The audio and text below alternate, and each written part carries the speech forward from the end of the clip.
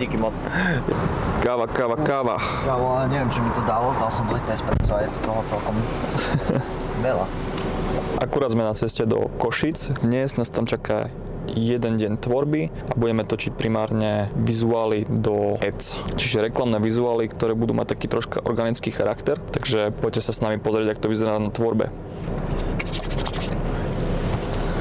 Najväčší boss bossov, tento chlapec. Ja? Jasné. Ešte ne. Bad Bunny.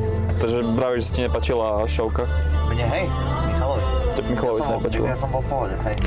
Akože mne sa ešte páčilo najviac, tak tam boli proste, že ľudia, ktorí boli oblečení jak stromy. Hej, jak tie kriky, no. To úplne zabili.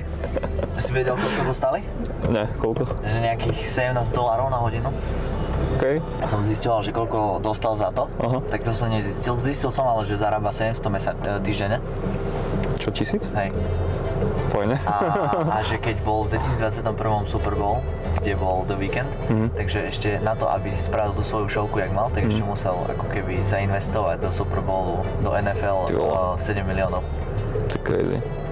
Zo svojho. Akože oni sú ale úplne inde. to je fest taký, že nation. To je proste podľa mňa pre nich pík, že OK, že máš tour, to je top, ale proste, že Super Bowl je niečo, že proste, že special, to sú Vianoce proste. Hej.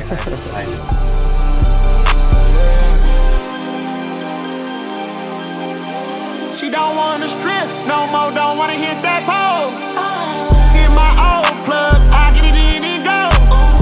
Shot it, owe me something, better pay your Tak ako som spomínal, tak do Košíc ideme na jeden deň. Niekedy však ideme aj na 3 dni, záleží to všetko od rozsahu kampaní, počtu výstupov a celkovej stratégie. Možno to zvonku vyzerá tak, že len prídeme, zapneme kamery a tvoríme. Pravda je však, že samotné natáčanie tvorí možno len 20% celého procesu. Tých najdôležitejších 80% sa deje ešte predtým. Pred samotnou produkciou pripravujeme strategickú kreativitu, pretože netvoríme len pekný content. Tvoríme obsah primárne do reklam, to znamená, že každý výstup má svoj cieľ, jasnú štruktúru a premyslenú message. Veľa času ide do analýzy, ideácie, testovania úhlov a samotného scriptingu. Každé video má svoju úlohu v rámci kampane, čiže to nie je o náhode, je to o stratégii. A práve vďaka tejto príprave sa nám podarilo za jeden deň vytvoriť viac ako 20 výstupov, čo určite nie je málo.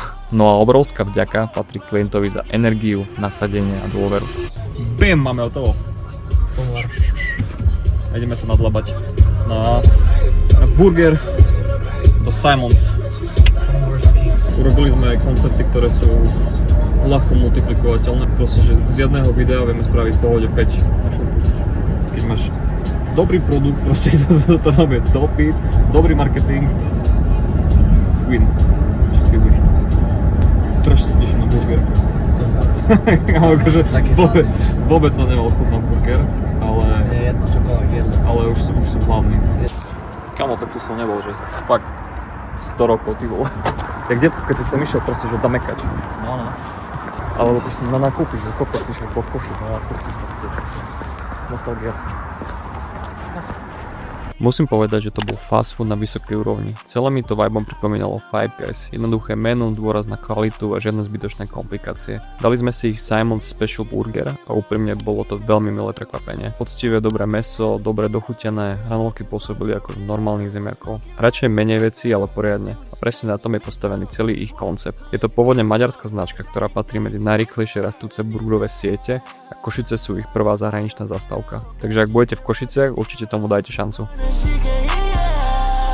Z Košíc smer Poprad. Išiel som pozrieť chalanov do DP Headquarters officeu, kde som ešte donedávna sedel aj ja, kým som sa nepresťahoval do Bratislavy. Do obeda sme si dali deep work session, každý si riešil svoje veci bez zbytočných vyrušení, proste fokus na prácu. Potom sme si dali krátky meeting, prešli sme si tasky na zvyšok týždňa a ujasnili si priority, čo je teraz najdôležitejšie.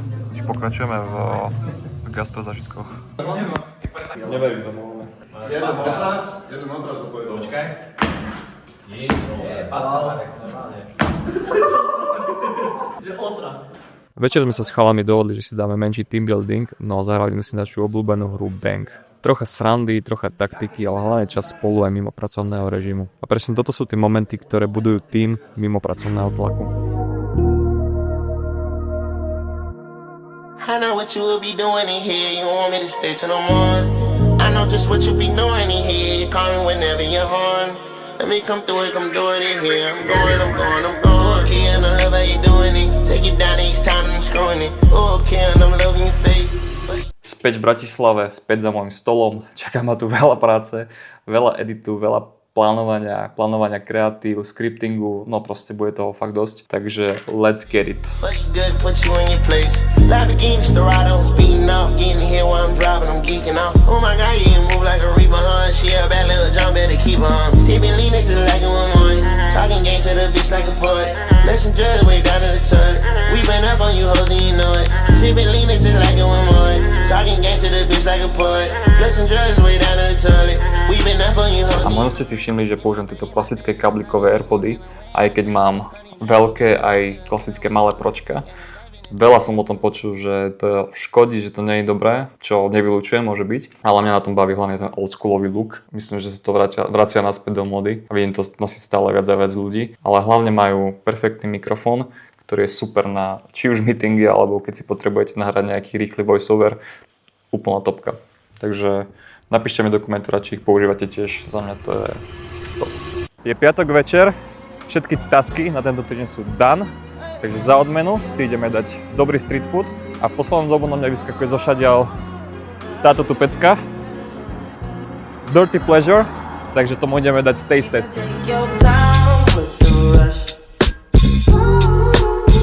I said, baby, I'm a Dirty Pleasure sa nachádza v Midpointe. Bratislavčanom to asi nemusím veľmi objasňovať, že kde to je a čo to je. Pre tých, ktorí nie sú z Bratislavy, tak Midpoint je miesto, kde proste nájdete veľa dobrého street foodu. A čo je super, je, že tu máte takýto krytý stan, ktorý je vyhrievaný a viete sa tu perfektne schovať pred zimou a pozrieť sa aj olympiádu. A keďže dneska Slovensko hrá hokej semifinále so Amerikou, tak sme sa nakoniec presunuli sem naspäť domov, aby sme si kúkli hru a zároveň si dáme aj taste test. Zobrali sme si nakoniec morčaci a hovädzí, že let's get it. OK, takže je tam fakt veľa mäsa. Čakal som trošku, že to bude viacej juicy. Troška mi tam chýba viac omačky. Asi aj mne do tohto, lebo sos tam vyslovene necítim. Je to dobré, ale je to také klasicky dobré, že proste máš tam brisket, máš tam mäsko, ale máš tam slaninu, cheddar, že nič také, čo by ti nemalo chutiť. Jo. Je to super, ale nie je to, že explózia chutí. Už tento mi viac chutí. Morčaci? Taký ľahší mi príde. Pre mňa je zaujímavejší ten hovädzí. Viac chutí tam je. Je tam aj šalát, takže je to také viac fresh. Ale zase mi tam chýba sos. Ale ten cheddar tam je nice. Overall rating? Za mňa to je 7 z 10. Za mňa tiež. Keby to bolo viac juicy, tak by to bolo podľa mňa 8,5 z 10. Akože za mňa to bolo cítiť, že mäso je super urobené, kvalitné suroviny, ale je možno len preto, že proste som mala strašne vysoké očakávania, aký bol okolo toho hype. A ničím ma to až tak neprekvapilo, ale to sa vôbec nevylučuje s tým, že to bolo proste veľmi dobré. A je to dobré, jo. Skúste.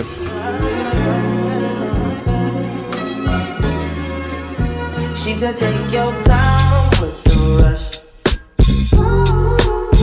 I said, baby, I'm a dog, I'm a Pohyb je neodmysliteľná súčasť môjho života. Je to so mnou už od mala a úprimne si neviem predstaviť fungovať bez toho. Momentálne si užívam najviac silové tréningy, ale už sa teším, keď sa roztopí sneh, trocha sa oteplí a oprášim bežecké boty. Beh má pre mňa úplne inú energiu, vyčistí hlavu úplne iným spôsobom. Zvažujem si tento rok dať aj nejakú výzvu. Hyrox, maratón, uvidíme. Myslím, že je čas sa posunúť zase o level vyššie. Sám tak trošku neverím tomu, že vlastne toto natáčam a že som sa vlastne dokopol k tomuto, pretože toto je niečo, o čom som rozmýšľal už veľmi, veľmi dlho a je to trošku zázrak, že som sa k tomuto naozaj dokopal. Ale je to tak, no konečne. Veľakrát som si proste vral, že keď som pozeral zahraničných proste tvorcov, jak tvoria, hlavne ľudí, čo robia vlogy. To je proste môj najobľúbenejší formát, proste, ktorý strašne rád konzumujem. A vždy som si predstavoval nejako aj seba v tejto pozícii, ale nikdy som sa k tomu nevedel nejako dokopať. Som si vral, že keď bude môj život zaujímavejší, tak potom to budem nejako zaznamenávať. Ale uvedomil som si jednu vec a to je to, že tá správna chvíľa nikdy nepríde. Treba pracovať s tým, čo máš. Takže som si povedal dosť, zapínam kameru a sme tu. Prvé video, no. Zámer toho, prečo to chcem robiť, je viac menej, že chcem dokumentovať svoj život. Proste ja beriem to tu ako nejaký svoj denník, na ktorý sa proste v budúcnosti budem môcť pozrieť a obzrieť sa za tým, že aké som mal názory, aké som mal myšlienky, aký som bol človek, jak som sa vyvinul. Toto je keby jedna časť prečo a druhá časť je to, že chcem zdieľať proste s vami to, ako vyzerá reálny život takého content creatora na Slovensku. Či už sú to tie highlighty, alebo sú to tie lows, alebo také tie bežné nudné veci, proste, ktoré k tomu patria, tak chcem to s vami zdieľať a verím tomu, že tu uvidíte veľa zaujímavých konverzácií. V tom marketingu sa častokrát stáva, že sa stretávame s ľuďmi, ktorí proste majú zaujímavé biznisy, alebo sú to zaujímavé osobnosti a často sa to spája so zaujímavými konverzáciami. A toto je niečo, čo si myslím, že tak ako mňa, tak aj vás dokáže posunúť ďalej vo svojom živote. Takže teším sa na túto cestu a verím tomu, že dokážem zaznamenať toho čo najviac. This is it, nová kapitola a už mi asi len nič nezostáva povedať, ako len see you soon.